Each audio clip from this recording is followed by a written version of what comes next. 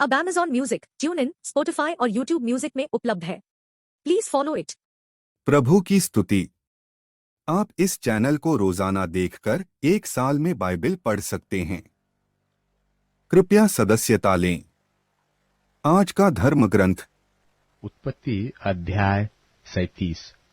उत्पत्ति अध्याय 37। याकूब तो कनान देश में रहता था, जहां उसका पिता परदेशी होकर रहा था।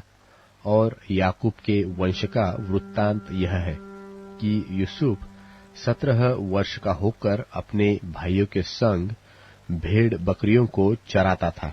और वह लड़का अपने पिता की पत्नी बिल्हा और जिल्पा के पुत्रों के संग रहा करता था, और उनकी बुराइयों का समाचार अपने पिता के पास पहुंचाया करता था। और इस्राएल अपने सब पुत्रों से बढ़ के यूसुफ से प्रीति रखता था, क्योंकि वह उसके बुढ़ापे का पुत्र था, और उसने उसके लिए रंग बिरंगा अंगरखा बनवाया। सो जब उसके भाइयों ने देखा कि हमारा पिता हम सब भाइयों से अधिक उसी से प्रीति रखता है, तब वे उससे बैर करने लगे और उसके साथ ठीक तौर से बात भी नहीं करते थे। और यूसुफ ने एक स्वप्न देखा और अपने भाइयों से उसका वर्णन किया। तब वे उससे और भी द्वेष करने लगे। और उसने उनसे कहा, जो स्वप्न मैंने देखा है सो सुनो। हम लोग खेत में पूले बांध रहे थे, और क्या देखता हूँ कि मेरा पूला उठकर सीधा खड़ा हो गया। तब तुम्हारे पुलों ने मेरे पुलों को चारों तरफ से घेर लिया और उससे दंडवत किया। तब उसके भाइयों ने उससे कहा, क्या सचमुच तू हमारे ऊपर राज्य करेगा? व सचमुच तू हम पर प्रभुता करेगा? सो वे उसके स्वप्नों और उसकी बातों के कारण उससे और भी अधिक बैर करने लगे। फिर उसने एक और स्वप्न देखा और अपने भाइयों से उसका भी यो वर्णन किया कि सुनो, मैंने एक और स्वप्न देखा है कि सूर्य और चंद्रमा और 11 तारे मुझसे दंडवत कर रहे हैं। यह स्वप्न उसने अपने पिता और भाइयों से वर्णन किया। तब उसके पिता ने उसको दपट के कहा, यह कैसा स्वप्न है जो तूने देखा है? क्या सचमुच मैं और तेरी माता और तेरे भाई सब जाकर तेरे आगे भूमि पर गिर के दंडवत करेंगे? उसके भाई तो उससे डाहा करते थे, पर उसके पिता ने उसके उस वचन को स्मरण रखा। और उसके भाई अपने पिता की भेड़ बकरियों को चराने के लिए शकेम को गए। तब इस्राएल ने यूसुफ से कहा, तेरे भाई तो शकेम ही में भेड़ बकरी चरा रहे होंगे, सो जा, मैं तुझे उनके पास भेजता हूँ। उसने उससे कहा, जो आज्ञा, मैं हाजिर हूँ। उसने उससे कहा, जा, अपने भाइयों और भेड़ बकरियों का हाल देखा कि वे कुशल से तो है, फिर मेरे पास समाचार ले आ। सो उसने उनको हेब्रोन की तराई में विदा कर दिया, और वह शकेम में आया। और किसी मनुष्य ने उसको मैदान में इधर उधर भटकते हुए पाकर उससे पूछा, तू क्या ढूंढता है? उसने कहा, मैं तो अपने भाइयों को ढूंढता हूँ। कृपा कर मुझे बता कि वे भेड़ बकरियों को कहाँ चरा रहे हैं। उस मनुष्य ने कहा, वे तो यहाँ से चले गए हैं, और मैंने उनको यह कहते सुना कि आओ हम दोतान को चले। सो यूसुफ अपने भाइयों के पास चला और उन्हें दोतान में पाया। और जो ही उन्होंने उसे दूर से आते देखा, तो उसके निकट आने के पहले ही उसे मार डालने की युक्ति की। और वे आपस में कहने लगे, देखो, वह स्वप्न देखने वाला आ रहा है। सो आओ हम उसको घात करके किसी गड्ढे में डाल देंगे, और यह कह देंगे कि कोई दुष्ट पशु उसको खा गया। फिर हम देखेंगे कि उसके स्वप्नों का क्या फल होगा। यह सुन के रूबेन ने उसको उसके हाथों से बचाने की मनसा से कहा, हम उसको प्राण से तो न मारे। फिर रूबेन ने उनसे कहा, लोहू मत बहाओ, उसको जंगल के इस गड्ढे में डाल दो और उस पर हाथ मत उठाओ। वह उसको उनके हाथ से छुड़ाकर पिता के पास पहुंचाना चाहता था।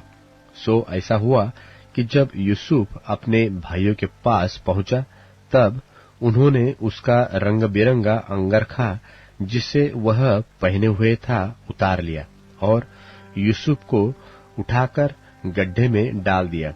वह गड्ढा तो सूखा था और उसमें कुछ जल न था।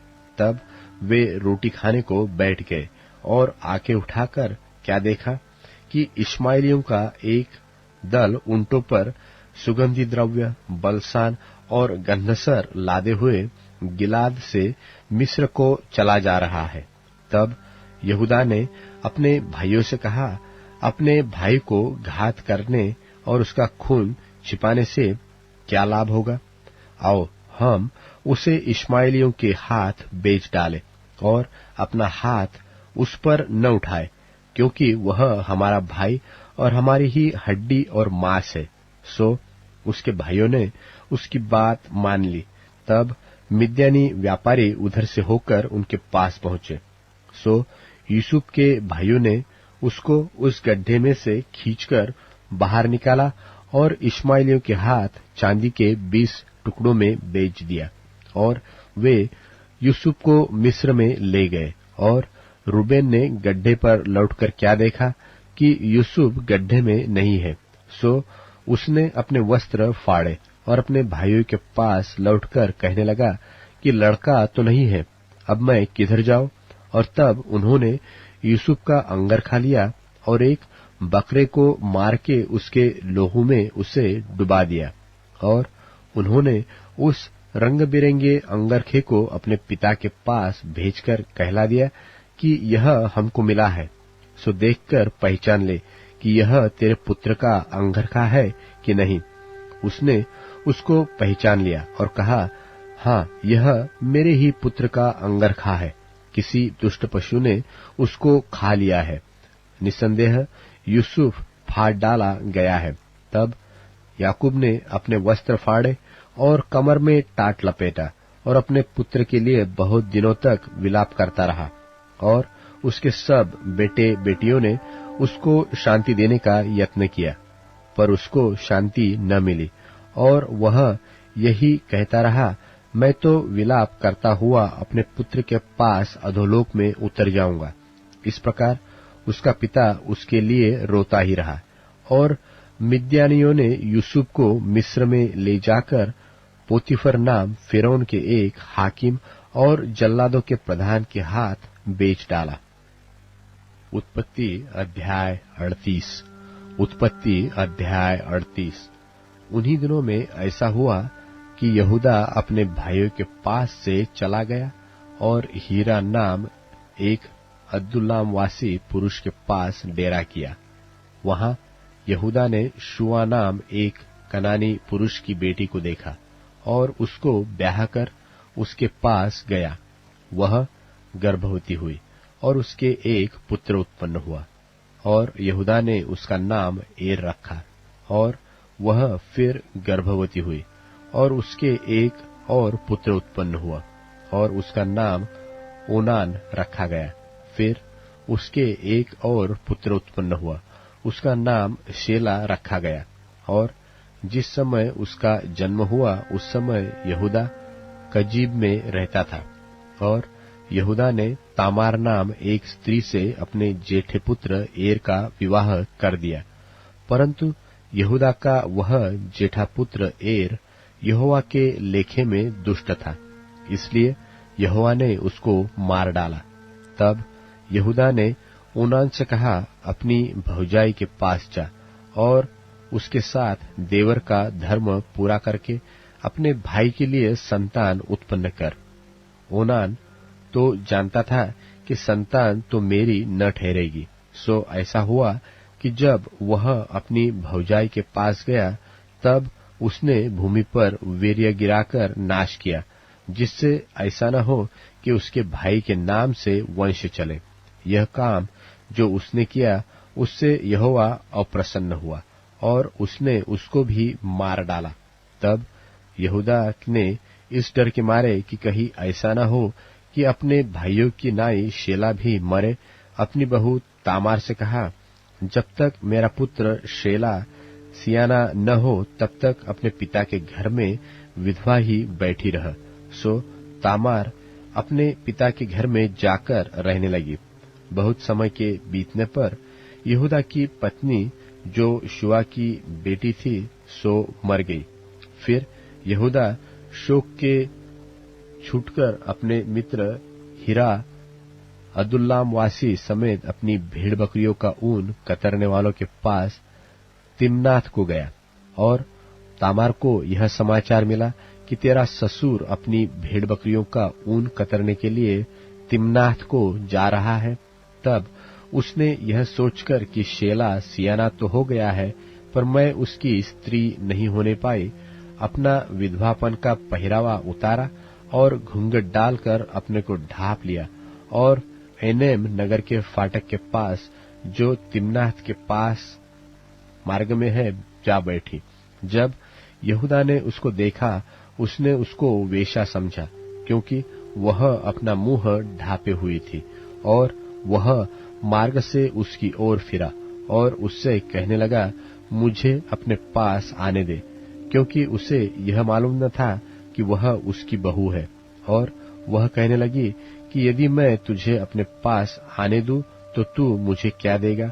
उसने कहा, मैं अपनी बकरियों में से बकरी का एक बच्चा तेरे पास भेज दूंगा। तब उसने कहा, भला उसके भेजने तक क्या तू हमारे पास कुछ रेहन रख जाएगा? उसने पूछा, मैं तेरे पास क्या रेहन रख जाऊं? उसने कहा, अपनी मुहर और बाजूबंद और अपने हाथ की छड़ी। तब उसने उसको वे वस्तुएं दे दी और उसके पास गया और वह उससे गर्भवती हुई। तब वह उठकर चली गई और अपना घूंघट उतार के अपना विधवापन का पहरावा फिर पहन लिया। तब यहूदा ने बकरी का एक बच्चा अपने मित्र उस अदुल्लामवासी के हाथ भेज दिया कि वह रेहन रखी हुई वस्तुएं उस स्त्री के हाथ से छुड़ा ले आए, पर वह स्त्री उसको न मिली। तब उसने वहां के लोगों से पूछा कि वह देवदासी जो एनम के मार्ग में एक और बैठी थी कहाँ है? उन्होंने कहा, यहाँ तो कोई देवदासी न थी। सो उसने यहूदा के पास लौट के कहा, मुझे वह नहीं मिली। और उस स्थान के लोगों ने कहा कि यहाँ तो कोई देवदासी न थी। तब यहूदा ने कहा, अच्छा, वह बंधक उसी के पास रहने दे, नहीं तो हम लोग तुच्छ गिने जाएंगे। देख, मैंने बकरी का यह बच्चा भेज दिया, पर वह तुझे नहीं मिली। और 3 महीने के पीछे यहूदा को यह समाचार मिला कि तेरी बहू ने व्यभिचार किया है, वरन वह व्यभिचार से गर्भवती भी हो गई है। तब यहूदा ने कहा, उसको बाहर ले आओ कि वह जलाई जाए। जब उसे बाहर निकाल रहे थे, तब उसने अपने ससुर के पास यह कहला भेजा कि जिस पुरुष की ये वस्तुएं हैं, उसी से मैं गर्भवती हूँ। फिर उसने यह भी कहलाया कि पहचान तो सही कि यह मुहर और बाजूबंद और छड़ी किसकी है। यहूदा ने उन्हें पहचान कर कहा, वह तो मुझसे कम दोषी है, क्योंकि मैंने उससे अपने पुत्र शेला को न ब्याह दिया और उसने उससे फिर कभी प्रसंग न किया। जब उसके बच्चे जन्मने का समय आया, तब यह जान पड़ा कि उसके गर्भ में जुड़वे बच्चे हैं। और जब वह जन्म देने लगी, तब एक बालक ने अपना हाथ बढ़ाया और धाय ने लाल सूत लेकर उसके हाथ में यह कहते हुए बांध दिया कि पहले यही उत्पन्न हुआ। जब उसने हाथ समेट लिया, तब उसका भाई उत्पन्न हो गया। तब उस धाय ने कहा, तू क्यों बरब्बस निकल आया है? इसलिए उसका नाम पेरेस रखा गया। पीछे उसका भाई, जिसके हाथ में लाल सूत बंधा हुआ था, उत्पन्न हुआ। उसका नाम जेरह रखा गया। मरकुस रचित सुसमाचार 9वां अध्याय। और उसने उनसे कहा, मैं तुमसे सच कहता हूं कि जो यहाँ खड़े हैं उनमें से कोई कोई ऐसे हैं कि जब तक परमेश्वर के राज्य को सामर्थ सहित आया हुआ न देख लें तब तक मृत्यु का स्वाद कदापि न चखेंगे। 6 दिन के बाद यीशु ने पतरस और याकूब और यूहन्ना को साथ लिया और एकांत में किसी ऊंचे पहाड़ पर ले गया, और उनके सामने उसका रूप बदल गया, और उसका वस्त्र ऐसा चमकने लगा और यहाँ तक अति उज्जवल हुआ कि पृथ्वी पर कोई धोबी भी वैसा उज्जवल नहीं कर सकता। और उन्हें मूसा के साथ एलिया दिखाई दिया, और वे यीशु के साथ बातें करते थे। इस पर पतरस ने यीशु से कहा, हे रब्बी, हमारा यहाँ रहना अच्छा है, इसलिए हम 3 मंडप बनाएं, एक तेरे लिए, एक मूसा के लिए और एक एलिया के लिए। क्योंकि वह न जानता था कि क्या उत्तर दे, इसलिए कि वे बहुत डर गए थे। तब एक बादल ने उन्हें छा लिया, और उस बादल में से यह शब्द निकला कि यह मेरा प्रिय पुत्र है, उसकी सुनो।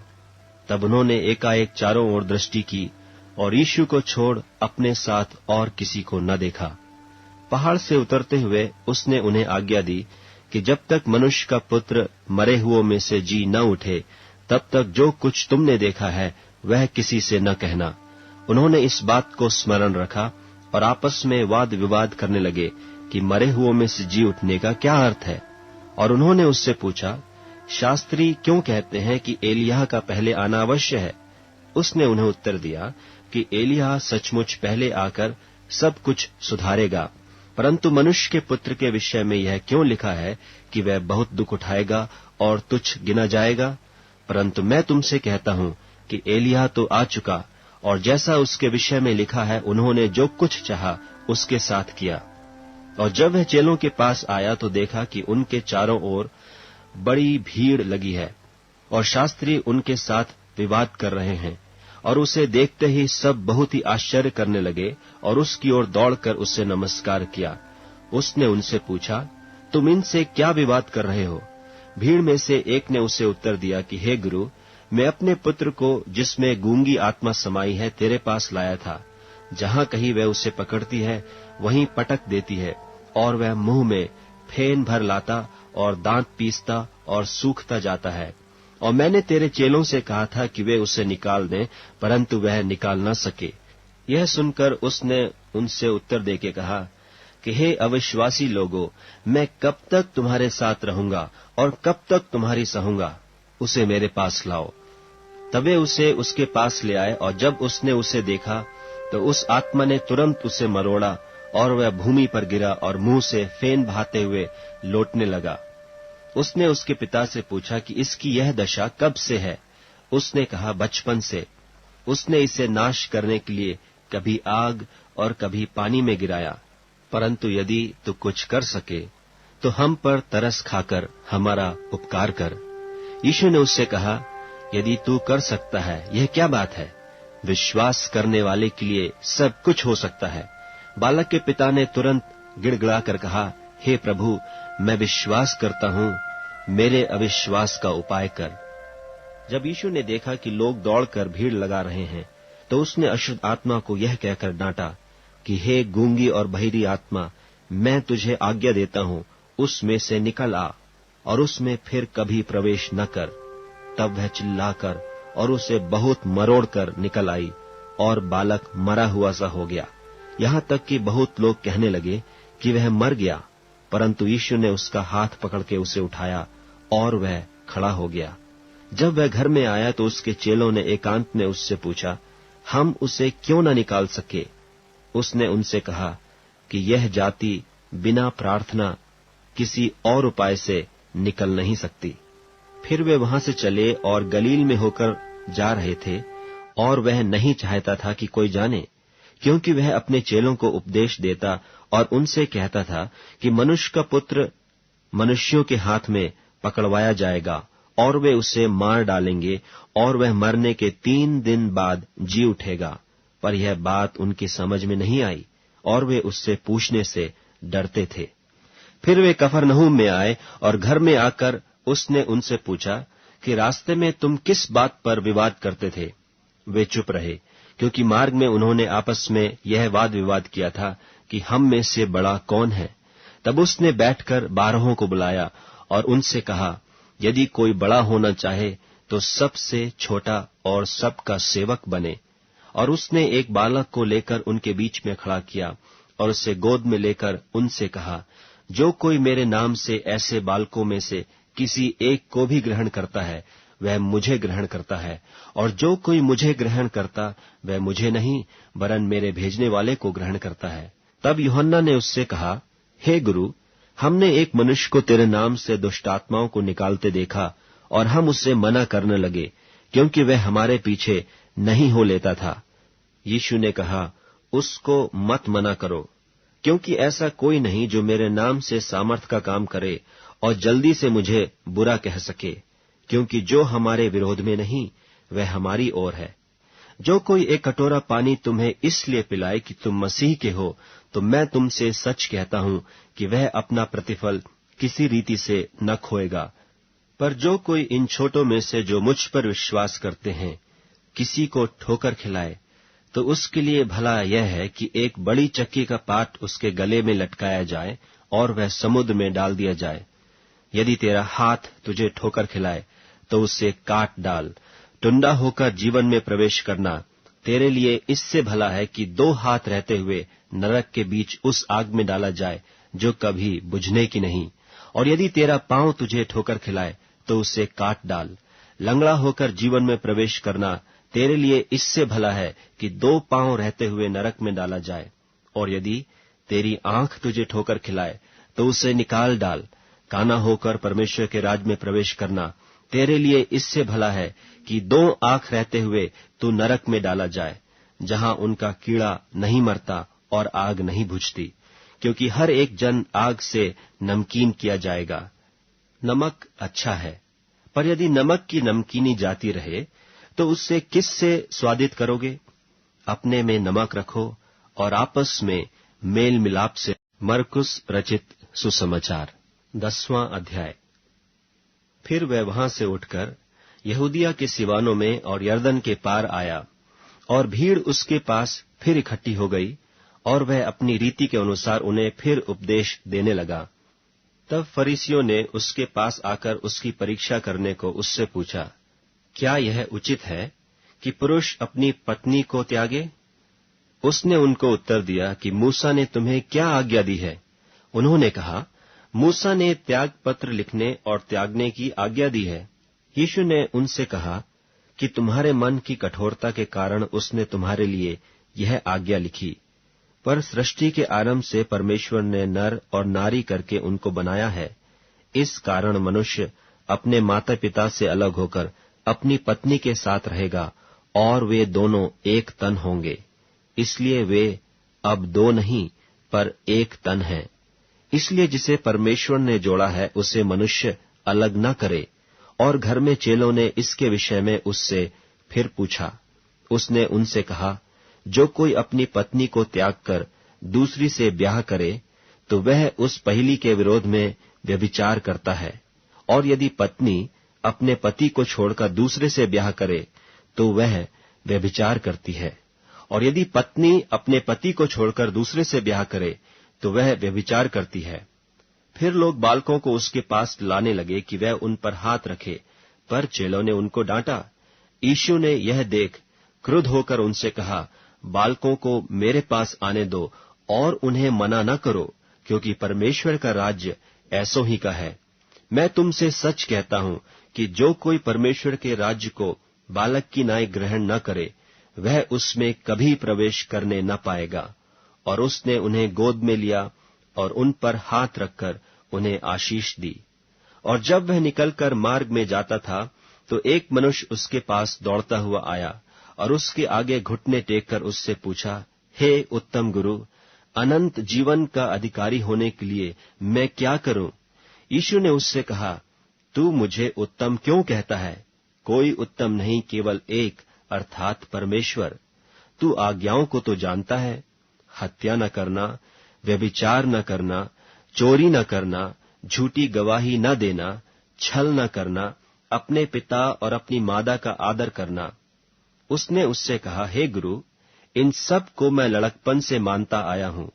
यीशु ने उस पर दृष्टि करके उससे प्रेम किया और उससे कहा, तुझ में एक बात की घटी है, जा, जो कुछ तेरा है उससे बेचकर कंगालों को दे, और तुझे स्वर्ग में धन मिलेगा, और आकर मेरे पीछे हो ले। इस बात से उसके चेहरे पर उदासी छा गई, और वह शोक करता हुआ चला गया, क्योंकि वह बहुत धनी था। यीशु ने चारों ओर देखकर अपने चेलों से कहा, धनवानों को परमेश्वर के राज्य में प्रवेश करना कैसा कठिन है। चेले उसकी बातों से अचंभित हुए। इस पर यीशु ने फिर उनको उत्तर दिया, हे बालकों, जो धन पर भरोसा रखते हैं उनके लिए परमेश्वर के राज्य में प्रवेश करना कैसा कठिन है। परमेश्वर के राज्य में धनवान के प्रवेश करने से ऊंट का सुई के नाके में से निकल जाना सहज है। वे बहुत ही चकित होकर आपस में कहने लगे, तो फिर किसका उद्धार हो सकता है? यीशु ने उनकी ओर देखकर कहा, मनुष्यों से तो यह नहीं हो सकता, परंतु परमेश्वर से हो सकता है, क्योंकि परमेश्वर से सब कुछ हो सकता है। पतरस उससे कहने लगा कि देख, हम तो सब कुछ छोड़कर तेरे पीछे हो लिए हैं। यीशु ने कहा, मैं तुमसे सच कहता हूं कि ऐसा कोई नहीं जिसने मेरे और सुसमाचार के लिए घर या भाइयों या बहनों या माता या पिता या लड़के बालों या खेतों को छोड़ दिया हो और अब इस समय 100 गुणा न पाए। घरों और भाइयों और बहनों और माताओं और लड़के बालों और खेतों को पर उपद्रव के साथ और परलोक में अनंत जीवन। पर बहुतेरे जो पहले हैं पिछले होंगे, और जो पिछले हैं वे पहले होंगे। और वे यरूशलेम को जाते हुए मार्ग में थे, और यीशु उनके आगे आगे जा रहा था। और वे अचंभा करने लगे, और जो उसके पीछे पीछे चलते थे डरने लगे। तब वह फिर उन 12 को लेकर उनसे वे बातें करने लगा जो उस पर आने वाली थीं, कि देखो, हम यरूशलेम को जाते हैं, और मनुष्य का पुत्र महायाजकों और शास्त्रियों के हाथ पकड़वाया जाएगा, और वे उसको घात के योग्य ठहराएंगे और अन्य जातियों के हाथ में सौंपेंगे, और वे उसको ठट्ठों में उड़ाएंगे और उस पर थूकेंगे और उसे कोड़े मारेंगे और उसे घात करेंगे, और 3 दिन के बाद वह जी उठेगा। तब जब्दी के पुत्र याकूब और यूहन्ना ने उसके पास आकर कहा, हे गुरु, हम चाहते हैं कि जो कुछ हम तुझसे मांगे वही तू हमारे लिए करे। उसने उनसे कहा, तुम क्या चाहते हो कि मैं तुम्हारे लिए करूं? उन्होंने उससे कहा कि हमें यह दे कि तेरी महिमा में हम में से एक तेरे दाहिने और दूसरा तेरे बाएं बैठे। यीशु ने उनसे कहा, तुम नहीं जानते कि क्या मांगते हो। जो कटोरा मैं पीने पर हूं क्या पी सकते हो, और जो बपतिस्मा मैं लेने पर हूं क्या ले सकते हो? उन्होंने उससे कहा, हमसे हो सकता है। यीशु ने उनसे कहा, जो कटोरा मैं पीने पर हूं तुम पियोगे, और जो बपतिस्मा मैं लेने पर हूं उसे लोगे, पर जिनके लिए तैयार किया गया है उन्हें छोड़ और किसी को अपने दाहिने और अपने बाएं बिठाना मेरा काम नहीं। यह सुनकर 10 याकूब और यूहन्ना पर रिसियाने लगे, और यीशु ने उनको पास बुलाकर उनसे कहा, तुम जानते हो कि जो अन्य जातियों के हाकिम समझे जाते हैं वे उन पर प्रभुता करते हैं, और उनमें जो बड़े हैं उन पर अधिकार जताते हैं। पर तुम में ऐसा नहीं है, वरन जो कोई तुम में बड़ा होना चाहे वह तुम्हारा सेवक बने, और जो कोई तुम में प्रधान होना चाहे वह सबका दास बने। क्योंकि मनुष्य का पुत्र इसलिए नहीं आया कि उसकी सेवा टहल की जाए, पर इसलिए आया कि आप सेवा टहल करे और बहुतों की छुड़ौती के लिए अपना प्राण दे। और वे यरीहो में आए, और जब वह और उसके चेले और एक बड़ी भीड़ यरीहो से निकलती थी, तो तिमाई का पुत्र बरतिमाई, एक अंधा भिखारी, सड़क के किनारे बैठा था। वह यह सुनकर कि यीशु नासरी है, पुकार पुकार कर कहने लगा कि हे दाऊद की संतान यीशु, मुझ पर दया कर। बहुतों ने उसे डांटा कि चुप रहे, पर वह और भी पुकारने लगा कि हे दाऊद की संतान, मुझ पर दया कर। तब यीशु ने ठहर कर कहा, उसे बुलाओ। और लोगों ने उस अंधे को बुलाकर उससे कहा, ढाढ़स बांध, उठ, वह तुझे बुलाता है। वह अपना कपड़ा फेंक कर शीघ्र उठा और यीशु के पास आया। इस पर यीशु ने उससे कहा, तू क्या चाहता है कि मैं तेरे लिए करूं? अंधे ने उससे कहा, हे रब्बी, यह है कि मैं देखने लगूं। यीशु ने उससे कहा, चला जा, तेरे विश्वास ने तुझे चंगा कर दिया है। वह तुरंत देखने लगा और मार्ग में उसके पीछे हो लिया। भजन संहिता अध्याय 19। भजन संहिता अध्याय 19। आकाश परमेश्वर की महिमा वर्णन कर रहा है और आकाश मंडल उसकी हस्तकला को प्रकट कर रहा है। दिन से दिन बातें करता है और रात को रात ज्ञान सिखाती है। न तो कोई बोली है और न कोई भाषा जहां उनका शब्द सुनाई नहीं देता है। उनका स्वर सारी पृथ्वी पर गुंज गया है और उनके वचन जगत की छोर तक पहुंच गए हैं। उनमें से उसने सूर्य के लिए एक मंडप खड़ा किया है, जो दुल्हे के समान अपने महल से निकलता है। वह शूरवीर की नाई अपनी दौड़ दौड़ाने को हर्षित होता है। वह आकाश की एक छोर से निकलता है और वह उसकी दूसरी छोर तक चक्कर मारता है और उसकी गर्मी सबको पहुंचाती है। यहोवा की व्यवस्था खरी है, वह प्राण को बहला कर देती है। यहोवा के नियम विश्वास योग्य है, वह साधारण लोगों को बुद्धिमान बना देते हैं। यहोवा के उपदेश सिद्ध है, वह हृदय को आनंदित कर देते हैं। यहोवा की आज्ञा निर्मल है, वह आंखों में ज्योति ले आती है। यहोवा का भय पवित्र है, वह अनंत काल तक स्थिर रहता है। यहोवा के नियम सत्य और पूरी रीति से धर्ममय है। वे तो सोने से और बहुत कुंदन से भी बढ़कर मनोहर है। वे मधु से और टपकने वाले छत्ते से भी बढ़कर मधुर है, और उन्हीं से तेरा दास चिताया जाता है। उनके पालन करने से बड़ा ही प्रतिफल मिलता है। अपनी भूलचूक को कौन समझ सकता है? मेरे गुप्त पापों से तू मुझे पवित्र कर। तू अपने दास को ढिठाई के पापों से भी बचाए रख। वह मुझ पर प्रभुता करने न पाए, तब तो मैं सिद्ध हो जाऊंगा और बड़े अपराधों से बचा रहूंगा। मेरे मुंह के वचन और मेरे हृदय का ध्यान तेरे सन्मुख ग्रहण योग्य हो। हे यहोवा परमेश्वर, मेरी चट्टान और मेरे उद्धार करने वाले। अब Amazon music, tune in, Spotify और यूट्यूब म्यूजिक में उपलब्ध है। Please follow it.